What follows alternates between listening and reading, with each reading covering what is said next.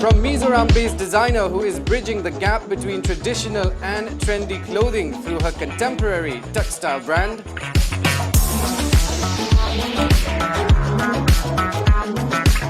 to the co-founder of a luxe bespoke menswear label that celebrates the sartorial needs of the modern man,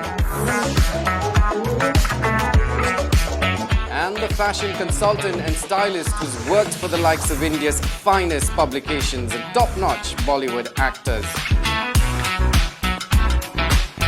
This week, we dwell on fashion and style.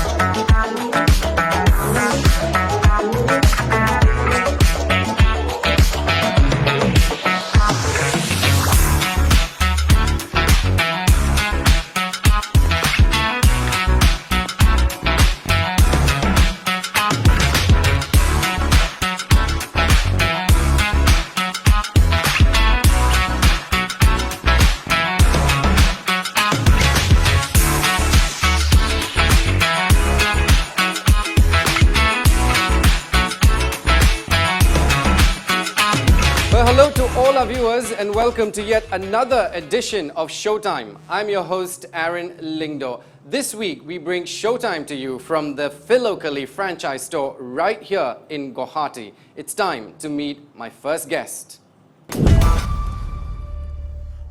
She founded her label in 2017 with intent on making Western-inspired women's wear from traditional textiles.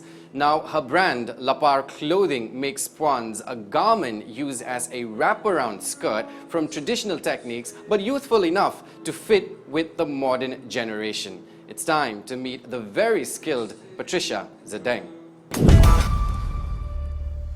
So Patricia, before we get into talking about Lapar Clothing, tell us a little bit about you. Hi, Aaron. Thank you for having me. I'm from Aizawl, Mizoram. I was born and raised here till I was in high school, and then after high school I studied outside Mizoram, and I was lucky enough that my mother allowed me to pursue studies in designing because I wasn't really interested in becoming a doctor or an engineer like my other batchmates, and wasn't really that great in that kind of field. So yeah, I went on to study textile designing from NID, and I learned a lot from there. And I worked with a few big names in the industry too. I interned at under Rahul Mishra, and I worked with Maku Textiles from Kolkata. They are a Kolkata-based textile design clothing brand, and soon after I finished my studies, I came back to Mizoram because that's where my heart is, because I wanted to do something here in Mizoram. Yeah. So Lapar Clothing is a contemporary textile brand. Give us a little bit of context. Well, the name Lapar, it's a Mizo name. It's a Mizo word. It means cotton flower. It basically means cotton flower. I used cotton flower because, in the olden days, every Mizo family, they had their own farm, and every woman in the family, they would weave their own fabric, they would weave their own textiles. Every family would grow their own cotton field, and they would make their own yarn, and from there they would weave their own fabric for the whole family. So they were quite independent back then. And fast forward now, we don't have cotton fields anymore. We source our textiles mostly from, outside our state or outside the country. And I, as I was saying, like after studying, I wanted to come back and um, do something that would, be useful for Mizoram. Well, your intention was on making Western inspired women's wear from traditional textile, and then you realized that there was a need for good quality puans. What led to that realization? As I was saying about my story earlier, coming back here, I had this big ambition to start, a women's wear clothing line and everything. But then that was also quite difficult because um, you needed a lot of, good workers, and which weren't possible. And I was quite depressed with the way, the way we don't have a work culture here in Mizoram. It's really not like other places, and everything is quite slow. So I was quite depressed. But then at the same time, during that time, people would, ask me if I make ones, that they wanted something different. And so I started making ones for, some family members and uh, whatnot. And so that's how I started that, there's really a demand for ones, like good quality ones. So I didn't have much interest in the beginning, but later on, as I was working with, making new designs and everything, then I slowly started loving, to make ones, to make the new designs, and yeah, coming up with new ideas for the ones. Well, Patricia, for the benefit of our viewers, what are puans and what makes your puans different in comparison to other puans that we can find in the market? So one is basically a wraparound skirt woven by women in today's time. Previously, it was worn by both men and women. So it's actually a piece of cloth that is wrapped around the waist. And nowadays, it's mostly worn by women on special occasions like weddings and for going to church, and yeah, things like that. And the difference with Lapar one, we can say is that first of all, the quality. We put a lot of effort into making good quality fonts, and we are very specific with the type of yarns that we use. We don't use uh, yarns that are in the market like those acrylic yarns that I mentioned before. Um, we use cotton, we use homegrown eri silk and muga silk made in Mizoram. Um, we use linen yarns. Yeah. Well, talk to us a little bit about the inspiration behind each motive, the colors that you use, and the type of fabrics. My inspiration comes from many things. It comes from our Mizo culture, like our olden way of doing things. That is one. And it comes from people as well. Like you can say, you know, people are quite colorful. We have our different moods. So I'm not just focused in, making um, um, one a certain kind of, you can say, like just I'm not into making only a particular kind of colors, but I work with an umbrella of colors. I think that's the fun of it. Um, what we usually do before making a collection is that I hunt around looking for, those really, really old textiles from my locality, which is owned by grandmothers and such. And then I would collect them, I would study them, and, I would check out the motives and everything. Yeah. And after that, I would like sketch it out and, try to make it more modern. How can it be arranged in a different kind of way that's not been done before and everything. And then I would select new kind of colors for the raw materials for the yarns. And usually, as I said, we work with cotton, we work with a silk such as eri silk and muga silk, and we try dyeing them in different colors, different shades. We try doing natural dyeing. We just play around with different colors and trying to always find new ways, like to reinvent the old things. So, Patricia, apart from Pond's, is the brand diversifying into other forms of clothing? Apart from one, um, I want to branch out to other textiles as well.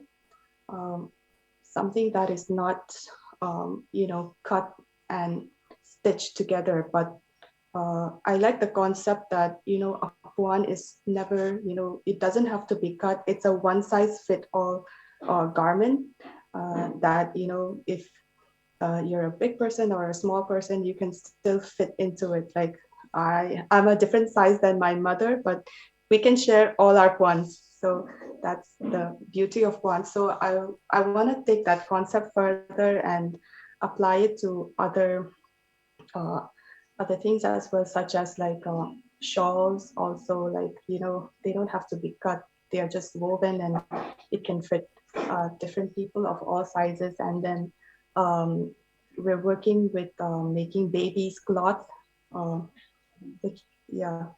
So it's also our tradition. It's called Nalpuakwan, which means you have the textile and then you just wrap the baby with the cloth. So we're trying to come up with new collections with that as well.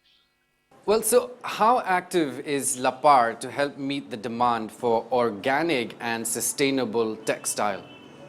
Mm-hmm. Um, Lapar itself, I would say it's a sustainable brand um, because there is very minimal waste involved with the puans and with the shawls and everything. Whatever material is put into it, it's not wasted at all. Uh, if you compare it to, making a garment, like sewing a garment, you'll have to cut like pieces of the fabric. But with textiles, you use the whole thing, and there is like very minimal waste. And even with weaving, like we most of our textiles are woven on the backstrap loin loom. That is quite significant in Northeast India. So it's quite sustainable. There is no electricity that's involved. There are no big machines that are involved. Um, and the material that we use, the raw material that we use, it's mostly biodegradable. So in that way, Lapar is a very sustainable um, brand, and I think whatever the market needs, we're able to meet it. Well, you've been very vocal in supporting traditional crafts and traditional economy. Why do you think that's important? That's a good question. Um, I think that um, our local tradition is so important because uh, it represents who we are as as a tribe. As Mizos, you take away our textiles. That's like taking away our identity. So it's our identity is woven into our textiles. So it's very very important to keep that tradition alive, so that a part of who we are, a part of uh, the stories that makes us who we are is alive, and not just for our generation, for the future generations that are to come, because everything is right now, it's getting westernized, and it's becoming more important to know who we are and to be strong, in our foundation. And I think textile has a very important role to play in that. And our economy is not in the best situation. Um, it could improve a lot. Um, so I think that if we are, quite independent, if we don't require much help from the central government, then we could do a lot with our own state. There are so many youngsters that are jobless, who are educated but still jobless. Well, I couldn't think of a more creative way to amalgamate the old and the new without even sounding pretentious. Patricia, what a pleasure. We will take a very short break here. We will return with the man behind the contemporary menswear brand that swears by its clean and minimal aesthetic. Stay right there.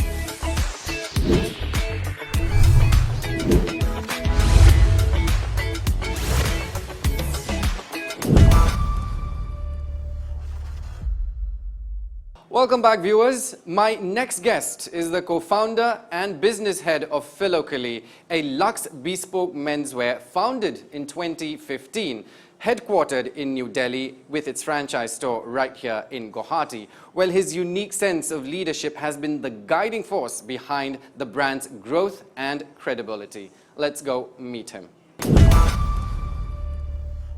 So Shrey, you are the co-founder of the brand. Before we move any further, please introduce yourself and tell us a little bit about your business partner.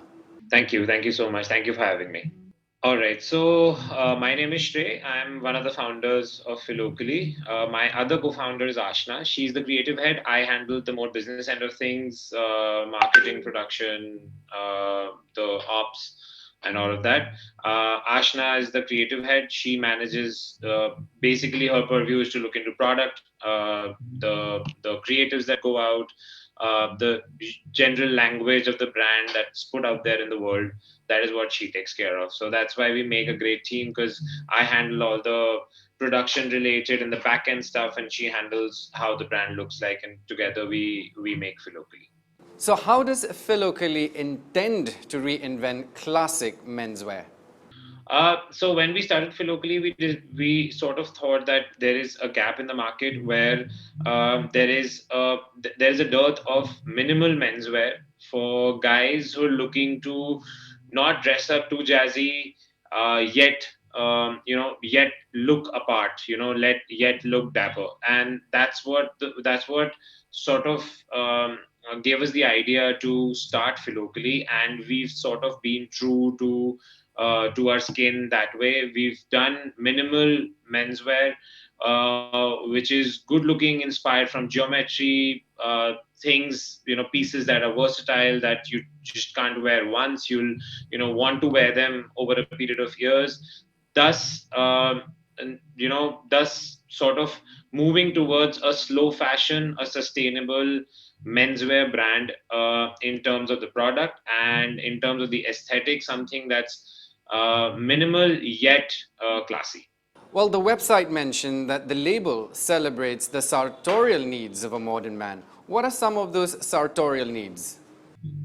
Sartorial needs of the modern man, for us, are that, modern man needs versatility. They don't want one-time wear pieces. They don't want pieces that, they'd spend 20, 30 grand on, and they can only wear it once for their own wedding, and then it's just lying in the wardrobe, catching dust. That's the prime need of of the modern man. Apart from that, aesthetically speaking, the modern man is willing to experiment with colors. Previously, our dad's generation, they'd wear blues, blacks, and grays. The modern man is looking to experiment with their suits, with their blazers, with their Indian wear, with their, even with their daily wear like shirts and trousers. And that's where we fit in. We don't do your classic boring blue, black, grays. We do that, but we do the mold breaking, colors. Whether that's in terms of checks, whether that's in terms of textures, whether that's in terms of solids. So like a combination of all of that. So yeah. So these are the two main primary needs of a modern man, sartorially speaking.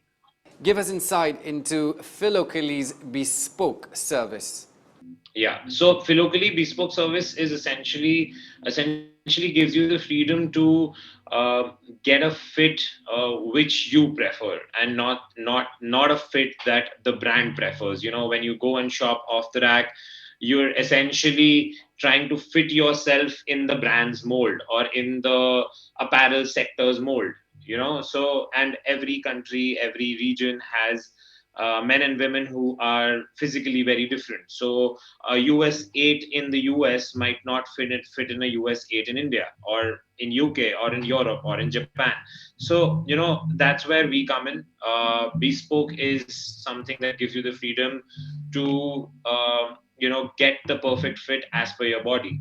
If you have if you have certain kinks that you want to that you want to solve in your clothing, bespoke comes in. Secondly, bespoke is something very personal. It's like you and me having a cup of tea or having a cup of coffee and doing a chat, right? So it's that level personal. Whereas when you go to a retail store, it's completely different. You're entering a third space. You're not entering, you don't get that homely feeling, whereas bespoke gives that homely feeling in terms of experience as well as in terms of the product.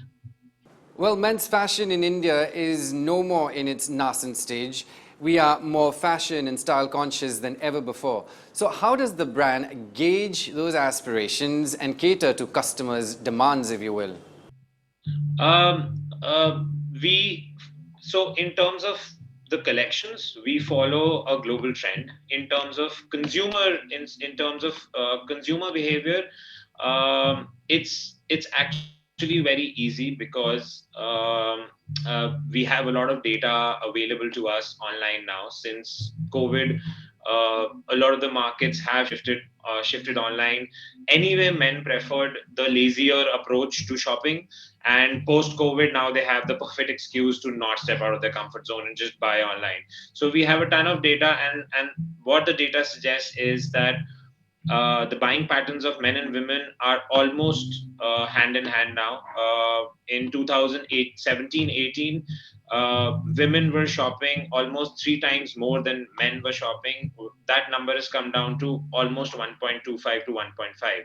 So the consumer is evolving very fast. They want to experiment. They don't want to wear the same clothes over and over again. They're okay to do colors because you could only have an X number of blues in your wardrobe or blacks in your wardrobe. But now men are okay to try offbeat colors, whether that's in apparel, whether that's as sneakers, whether that's as accessories. So we are looking to cater to the demand, which is specifically for occasion wear. After COVID, we've shifted our focus. We were doing a lot of casual wear, we were doing a lot of formal wear. With COVID and work from home becoming the way of life for people, we've sort of narrowed and become a more focused brand, and we're now focusing on occasion wear for men, which is a very big sector, which is a sector where people prefer to wear tailored garments rather than off the rack garments, and that makes a lot of difference. The shift is huge because the number of weddings, the number of social events and gatherings are increasing over the years. And people want to dress up, men want to dress up, and that's a big gap in the market that nobody's thinking about, and that's where we're trying to fit locally in. I feel we are living in an unprecedented period, a time when traditional notions of what constitute men and women's dress are totally being blended, blurred, and even reimagined altogether. What are your thoughts on gender-bending style as fashion's future? Absolutely. We are totally game for that. In fact, the newest collection that is launching on the 25th of February for us, you'll see a lot of androgynous garments that we've done. This is the first time we've done a collection where we've, included pieces for women. This is not a women's wear collection per se, but it's going to have a very women's heavy a collection like the pieces that we're offering, a larger offering for women. And these pieces are not necessarily that only women can wear. So we've done overcoats and top coats and pea coats in the finest cashmere in the world, in androgynous cuts, which men and women both can wear. It is a very fast growing space. Brands are really experimenting with this space. It's great for the brand because it's very cost effective as well. You're basically targeting men and women with the same garment, so your marketing cost, your production cost, your sampling cost, everything comes down. From the consumer point of view, I feel as the shift is coming in the trends, and there is a much larger media, social media, and blogger and influencers sort of coming into the picture, and the actors and the advertisements and the magazines and the TV sort of taking a back seat. This trend is going to catch up very soon. As far as I see it, by 2025 there'll be uh, this will be a space which is completely full of brands. Right now, if you can count maybe two or three brands in the country, there will be at least 300 to 500 brands in this space by 2025. Well, as a label adept in menswear, what are some of the closet must-haves to build that solid wardrobe foundation? A closet must have. You have to have a black tux, a black like a dress suit, a black dress suit. You have to have a charcoal gray or a steel gray suit. You have to have a wine or a emerald green blazer. You have to have a navy blue trousers. In terms of what goes inside these garments, you have to have at least three colors of turtleneck: blue, black, gray, and maybe a white. Have to have a crisp white shirt is a must have for every man in their wardrobe. In fact, not just one, maybe at least five crisp white shirts, two crisp black shirts, and then a myriad of colors that they can go for. Brogues over Oxfords any day, must have for men. Apart from that, for the Indian man at least, you have to have short kurtas that you can double up as. Now we call them shurtas. So they're a mix between a kurta and a shirt, like a classic white, a classic black, and maybe a pop color for one of those day events for your best friend's mehendi or something like that. I feel these are the staples that every man must have in their wardrobe. So, Philocally is located in 4 locations across the country, including Guwahati. What has the response been from Guwahati in particular? It's been phenomenal for us. Guwahati was our first franchise store outside of Delhi, and we've completed 3.5 years. We're soon going to complete 4 years. It's been overwhelming. It was highly unexpected. It was a city that we were very skeptical about because there would be a time that we would need to educate the customer, because people want to go to the store and they just want to pick it up. Here, you go to the store, so it's delayed gratification. You go to the store, you place an order, you get a round of fittings, maybe two, and then you finally get your garment. So we thought that would be our biggest challenge, but it's been overwhelmingly great for us. We've not faced that challenge with our consumers in Guwahati. People just sort of at the very opening day, understood the concept of bespoke, understood the concept of customized, and embraced it. And like how we're doing very good numbers there. We get at least 10 to 15 calls a day on our centralized helpline number from Guwahati and the smaller cities around, like Siliguri, there's Shillong, and all these places. So so it's been great. We're scaling up our operations in Guwahati now. We're offering a much wider product range. We were not offering the heavy occasion wear that we used to do, like sherwanis, wedding sherwanis, and wedding achkans. This the coming financial year, we're adding that category. We're also pumping in more ethnic wear because we have realized that we're getting very good demand from the city. So Guwahati has been absolutely amazing for us. It's I'm very happy with the way the store has performed, and very glad the way people embraced us as a customized brand, as a brand who when we opened, nobody must have heard of it. Now obviously we have a national presence. Apart from the 4 stores, we're doing 2 more. We're doing Calcutta end of this month, and then we're doing another Siliguri store probably in a month or 2 months. So we're going to have a very, very strong presence in Northeast. The 3 cities, Guwahati, Siliguri, Calcutta, the 3 cities in line. And it's I think it's only that has happened because of our success in Guwahati more than anything else. So please help me complete this sentence. Menswear in India. Menswear in India is fast evolving, faster than anybody can fathom. Menswear in India is to look out for, is to watch out for. It's a space that the world is going to watch out for in the coming years. And we're talking on a day when another huge menswear brand, and I think the first of its kind, has launched its IPO. So, and they're also Calcutta based. That's Manyavar. Today they've launched their IPO. So that's what I'm saying. Menswear is to watch out for. And speaking of fashion and style, what trends should men take note right now? I think the most important trend right now is the mix of formal and athleisure. Um, Grab yourself your casual blazer along with your best pair of denims and get yourself an Air Jordans or a Yeezy instead of your formal shoes, and you're one of the trendiest people in town, I'd say. Well, Philocally is here to reinvent classic menswear with versatility, passion, and high-quality custom tailoring. Quite the ultimate in tailoring. Shrey, thank you so much for your time. We will take another short break. Up next, brace yourself for the style guru who's worked with the country's top fashion magazines, style editorials, and campaigns, and worked with talent from across the globe. Don't go anywhere.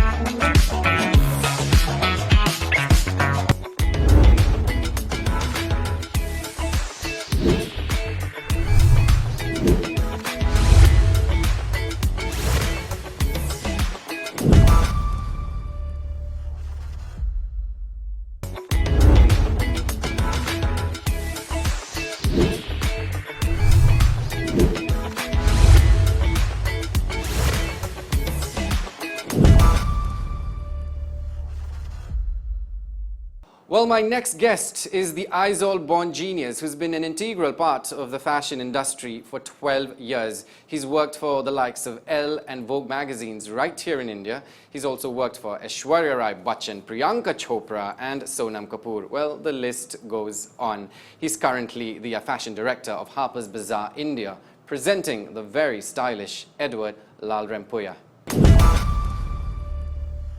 So Edward, in your opinion, what are some of the misconceptions that people have about fashion consultants and stylists? I think the number one would be that it's a very glamorous job and that we all party all the time and we just don't do nothing much and get paid lots of money. It's all false. So tell us a little bit about yourself and your background.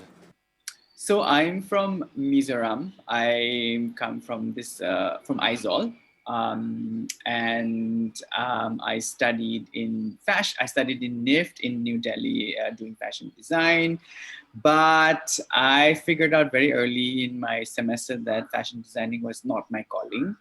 And somehow I stumbled upon all these magazines where I used this designation called fashion stylist. And I was like, I think this is what I want to do because I love playing with clothes that were already made. Ever since I was a kid, I used to, always wear my clothes that I buy. I refuse to wear clothes that were bought by other people. And I used to, dress up my cousins. So it was, I didn't even know, but it was already in me, I guess. And then I kind of although I was studying fashion design, I kind of pursued fashion styling more. And that's how I started my career. Once and for all, please help us understand the difference between fashion and style. Well, fashion is what people create. They have fashion weeks, they have fashion collections and all this. And I personally feel like style is what you're born with, your personal style, what you have, and I really don't think style is about having lots of money and wearing designer clothes. I really feel like it's making use of what you have and making it look wonderful. A few years ago, fashion styling as a career or even as a profession has not gained that much momentum as it is currently. And now every fashion enthusiast you meet wants to become a fashion stylist. What are your thoughts? Tell me about it. Tell me about it. Well, I guess the more the merrier, but I really feel like it's not an easy job. In fact, whenever a lot of new kids when they come and apply for internship or assistance, I say, "Is this really what you want to do?" Because it's a tough job. We have prep, we have post shoot returns, and lugging suitcases, long hours. And timings are horrible. It's a tough job, and unless you really really love the job, I really feel like it's difficult to continue. The thing is that with this whole celebrity styling thing, I think everybody's very enamored by that. They think it's very glamorous, celebrity, etc., etc. So, and if I see, I think majority, if I can say 99%, they only want to be celebrity stylists, not the whole concept of just fashion styling. So there, I feel like everyone's just excited about the fact that it's celebrity, whereas mine was never about that. In fact, when I started, there was no concept of celebrity styling. Celebrity were not really styled for events, etc. It's just a very fair new concept. And I mean, why not? I mean, if you think you're good at it, but I just also want to say that, just because you can just because you dress well doesn't mean that you can be a stylist. A lot of people have this misconception that, oh, you dress well, maybe you should get into, styling. There's a lot of coordination, understanding the person, and the thing is, fashion styling is not just celebrity styling. There are ads, there are magazines, there are personal styling. There's a lot to it, and if you really want to get into it, there is more than just celebrity styling that you can do. That is still very fun. So you've worked for some of India's top fashion and lifestyle magazines, prominent campaigns, fashion shows, and of course, top Bollywood actors. So how do you approach each project, and is there, if at all, a method?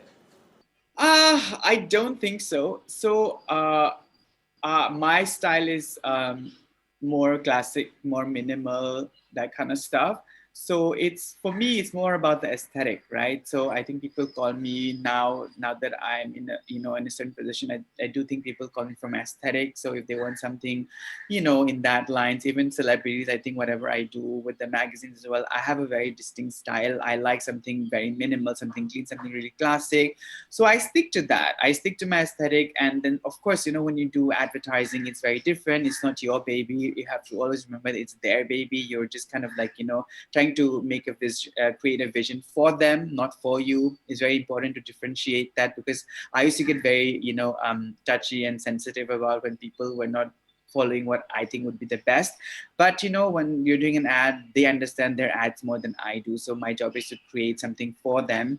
And whereas personal styling is again about understanding the celebrity or the person that you're working with, their body type, what they like, and work towards that. So you always have to understand, you have to create something your aesthetic, but sort of in their vision.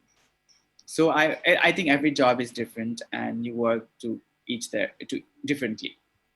Well, you're from the Northeast. What do you think of the fashion scene here in the region?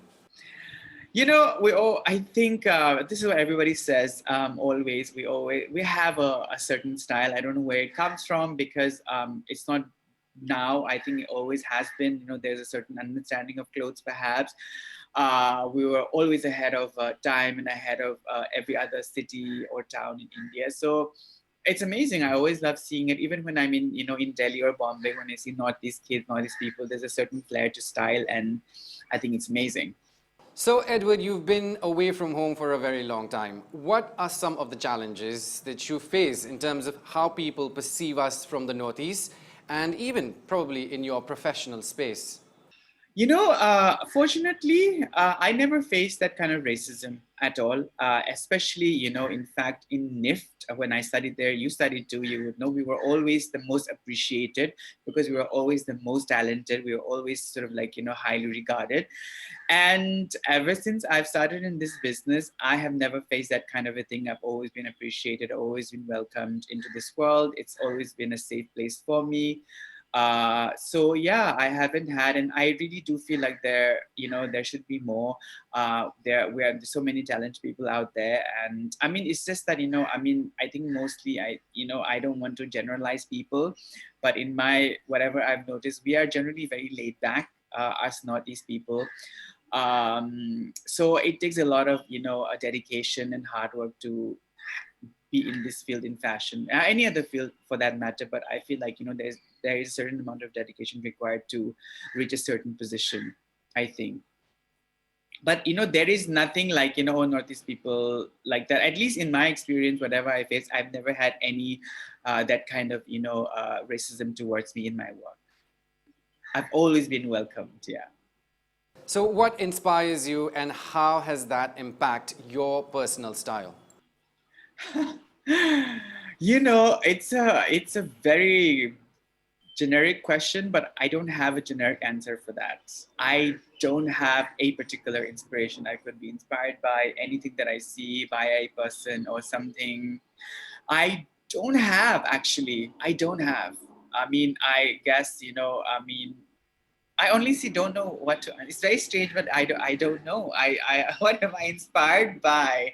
I don't know. I could be inspired by, like I said, a picture that I see in a magazine on Pinterest or something. In terms of people style that I love Hailey Bieber. I think she's an inspiration. I mean, like at least now when I do work with celebrities, I do look at her style sometimes. Rihanna, perhaps.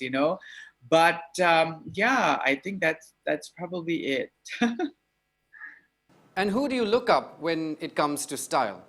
See, I mean, there are different things. For example, there are so many stylists abroad who are amazing. Like I love Grace Coddington, who was the fashion director of Vogue America for a long time. I like this guy called Nicola Formicatti as well. There's so many of them that I really appreciate and love. And it's not just stylists. They're amazing, hairstylists like Sam McKnight, Guido Palau, all these people, Pat McGrath, makeup artists. These are amazing, amazing people who create beautiful, beautiful vision. I mean, that's so inspiring. And then of course some people like Hailey Bieber, Rihanna, these are like style superstars. So these are people who I am inspired by, I think. When I come to think of it, when I look at people when they create these amazing visuals, I'm like, oh my god, I wish I did that. I want to do something like that. So it could be art directors. There's this art director, creative director, art director called Fabian Burrow, who's worked with Harper's Bazaar America back then. He's the creative director for Calvin Klein. So all these do give me inspiration. So let me ask you the same question I asked Shrey. What are your thoughts on gender bending style as fashion's future? I don't know about gender bending, but I do love gender fluid. I love the concept of, being able to borrow either from the girls or the boys. I think even the silhouettes now, if you see, it's sort of like more gender fluid in jewelry. I love jewelry. I borrow from the girls all the time. So I like the concept, but I like it in a much more subtle way than sort of super in your face. So yeah, for me, it's not gender bender. It's more gender fluid for me. Well, fair enough. Now let me come to my favorite question. One fashion faux pas you detest. Oh my God, I don't know. Crocs? And let's hear it from you. Does one need to follow trends to stay stylish? No, I already spoke about this. Style is inherent. Style is what you make of it. I mean, following fashion trends doesn't make you stylish. What you make use of what you have, and create something amazing. I think that's true style. Well, we reckon a fashion episode right here on Showtime wouldn't be complete without Edward Lalrempuia. Thank you so much, my friend. And just like Karl Lagerfeld said, I am a fashion person, and fashion is not only about clothes, it's about all kinds of change. Patricia Zadeng, Shrey Vij, and Edward Lalrempuia, what a delight. You're watching Showtime with me, Aaron Lingdor. Until next Sunday, goodbye.